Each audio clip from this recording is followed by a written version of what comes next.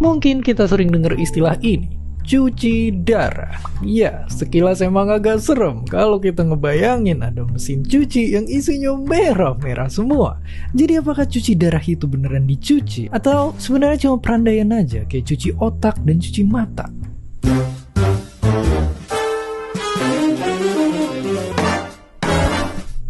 Sederhananya, ya, ternyata cuci darahnya beneran dicuci. Tapi yang jelas ini gak pakai deterjen apa-apa dan gak perlu dijemur apalagi disetrika. Nah, istilah ini sebenarnya ada nama kerennya, yaitu hemodialisa. Nah, tapi orang Indonesia yang kreatif banget ini nyederhanain hemodialisa jadi cuci darah. Oke, kenapa darah kita perlu dicuci? Emangnya ada noda membandel di darah kita? Kayak baju kotor yang ada nodanya, kandungan di darah juga nggak semuanya bersih.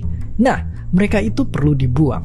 Untungnya ada organ kembar berbentuk kacang merah ini yang dengan baik hati ngefilter darah kita dan buangin zat-zat yang gak perluin tubuh tiap kita di toilet. Sayangnya ini gak bisa dilakuin kalau seseorang punya penyakit ginjal. Contohnya batu ginjal yang kalau parah banget bakal susah keluar dan bisa bikin infeksi bakteri. Bahkan seremnya bisa sampai gak berfungsi lagi alias gagal ginjal. Dan sayangnya gak kayak kata pepatah, gagal ginjal itu sama sekali bukanlah sukses ginjal yang tertunda.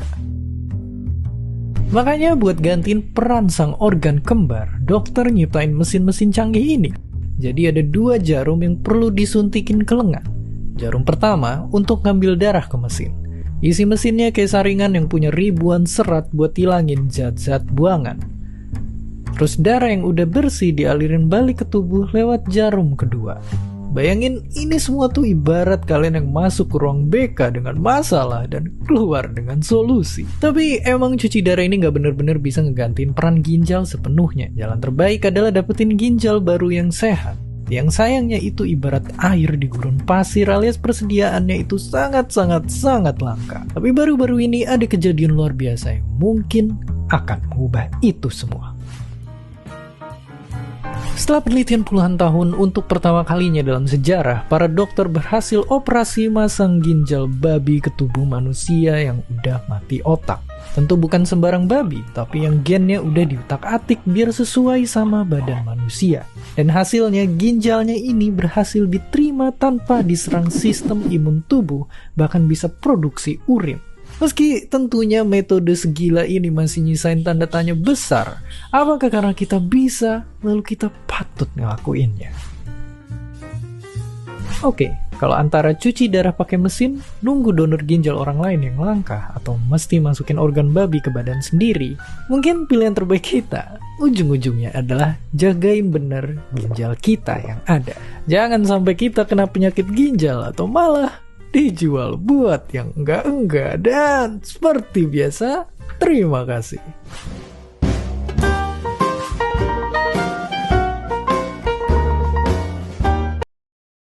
Hemodialisis adalah suatu prosedur menggunakan mesin yang dapat menyaring sisa-sisa metabolisme tubuh dan dapat membantu mengontrol tekanan darah pada pasien yang ginjalnya sudah tidak dapat melakukan fungsi sebagaimana mestinya.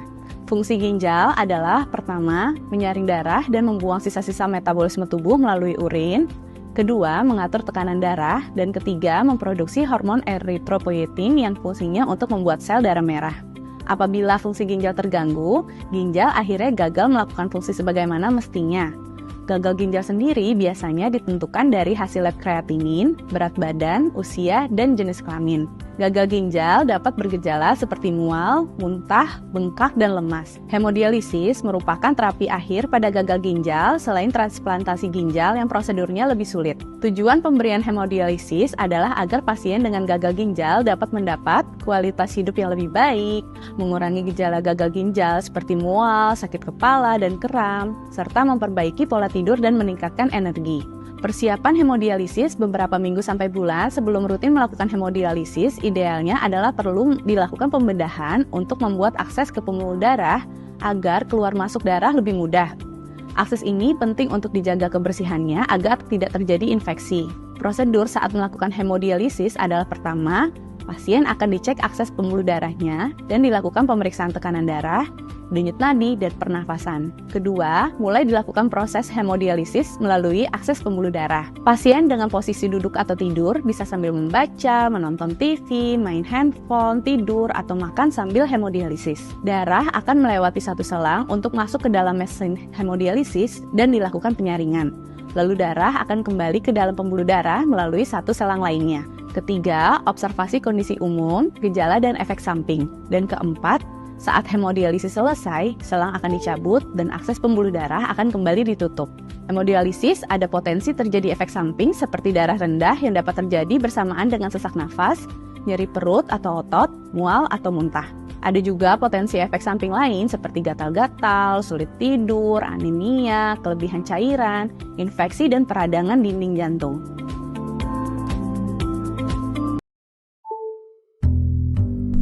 Mungkin kita sering dengar istilah ini, cuci darah. Ya, sekilas emang agak serem kalau kita ngebayangin ada mesin cuci yang isinya merah-merah semua. Jadi apakah cuci darah itu beneran dicuci? Atau sebenarnya cuma perandaian aja kayak cuci otak dan cuci mata?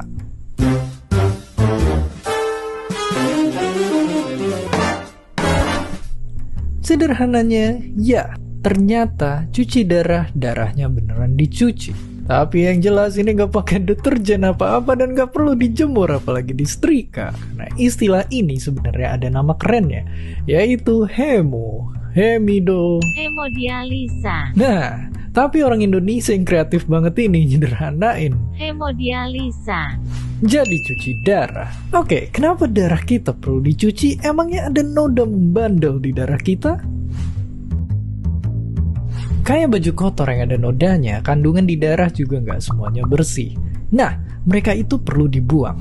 Untungnya ada organ kembar berbentuk kacang merah ini yang dengan baik hati ngefilter darah kita dan buangin zat-zat yang nggak perluin tubuh tiap kita di toilet. Sayangnya ini nggak bisa dilakuin kalau seseorang punya penyakit ginjal. Contohnya batu ginjal yang kalau parah banget bakal susah keluar dan bisa bikin infeksi bakteri. Bahkan seremnya bisa sampai nggak berfungsi lagi alias gagal ginjal. Dan sayangnya nggak kayak kata pepatah, gagal ginjal itu sama sekali bukanlah sukses ginjal yang tertunda. Makanya buat gantiin peran sang organ kembar, dokter nyiptain mesin-mesin canggih ini. Jadi ada 2 jarum yang perlu disuntikin ke lengan. Jarum pertama untuk ngambil darah ke mesin. Isi mesinnya kayak saringan yang punya ribuan serat buat hilangin zat-zat buangan. Terus darah yang udah bersih dialirin balik ke tubuh lewat jarum kedua.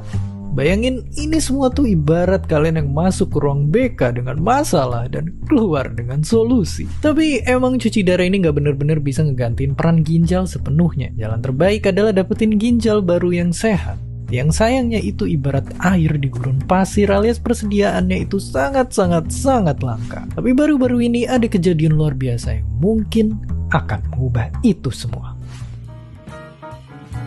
Setelah penelitian puluhan tahun untuk pertama kalinya dalam sejarah, para dokter berhasil operasi masang ginjal babi ke tubuh manusia yang udah mati otak. Tentu bukan sembarang babi, tapi yang gennya udah diutak-atik biar sesuai sama badan manusia. Dan hasilnya ginjalnya ini berhasil diterima tanpa diserang sistem imun tubuh, bahkan bisa produksi urin. Meski tentunya metode segila ini masih nyisain tanda tanya besar, apakah karena kita bisa, lalu kita patut ngelakuinnya? Oke, kalau antara cuci darah pakai mesin, nunggu donor ginjal orang lain yang langka, atau mesti masukin organ babi ke badan sendiri, mungkin pilihan terbaik kita, ujung-ujungnya adalah jagain bener ginjal kita yang ada. Jangan sampai kita kena penyakit ginjal, atau malah dijual buat yang enggak-enggak. Dan seperti biasa, terima kasih.